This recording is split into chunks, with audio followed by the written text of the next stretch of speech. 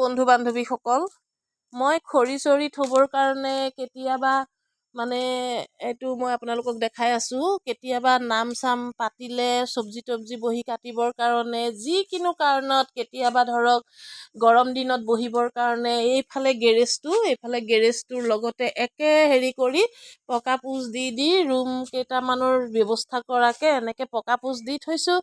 আৰু আগতে গৰু আছিলে, গৰু বিক্ৰী কৰি দিলোঁ।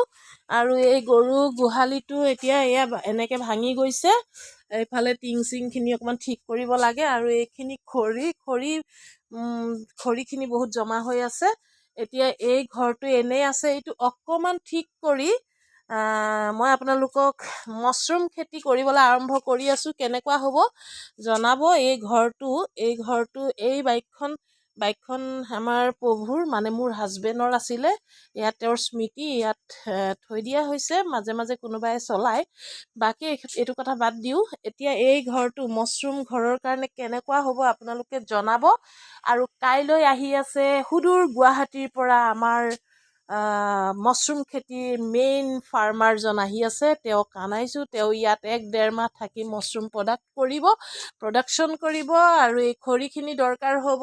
খেৰখিনি যেতিয়া মছৰুম তৈয়াৰ কৰিবৰ কাৰণে যেতিয়া খেৰখিনি সিজাব, তেতিয়া এই খৰিখিনি তেতিয়া অলৰেডি শেষ হৈ যাব। আৰু এতিয়া ছাগলী দেখিছে, ছাগলী ডিঙিত বন্ধাই নাই, জেগাত আহি ধুনীয়াকৈ বহি আছে। মানে চব আছে, প্ৰভুৰ কিবাত চব আছে। সেয়া গৰু লোকৰ আহি কি ধুনীয়াকৈ দুবৰিখিনি খাই সমান কৰি দি আছে। ইয়া মই ভিতৰেদি দেখাইছোঁ, দেখিছে এয়া গৰু। বাৰু যি কি নহওক, এতিয়া এই ঘৰটো ঠিক কৰিব লাগিব পলিথিন পূৰা মাৰি তাৰ ভিতৰত এইবিলাক চব একদম ধুনীয়াকৈ পাইপ মাৰি, এয়া পাইপ পৰি আছে, পাইপ মাৰি চাফা কৰোঁতে লাগিব 2 দিনমান। তাৰপিছত এই খৰিখিনিৰে সেইটো কামত কৰিলে খৰিখিনি এইখিনি শেষ হ'ব, ঘৰটো ওলাই যাব। এই ঘৰটো 15 ফুট বাই 18 ফুট। এই 15 ফুট বাই 18 ফুটৰ এই ঘৰটোত কিমান মছৰুম কৰিব পৰা যাব আপোনালোকে কমেণ্ট এটা কৰিব।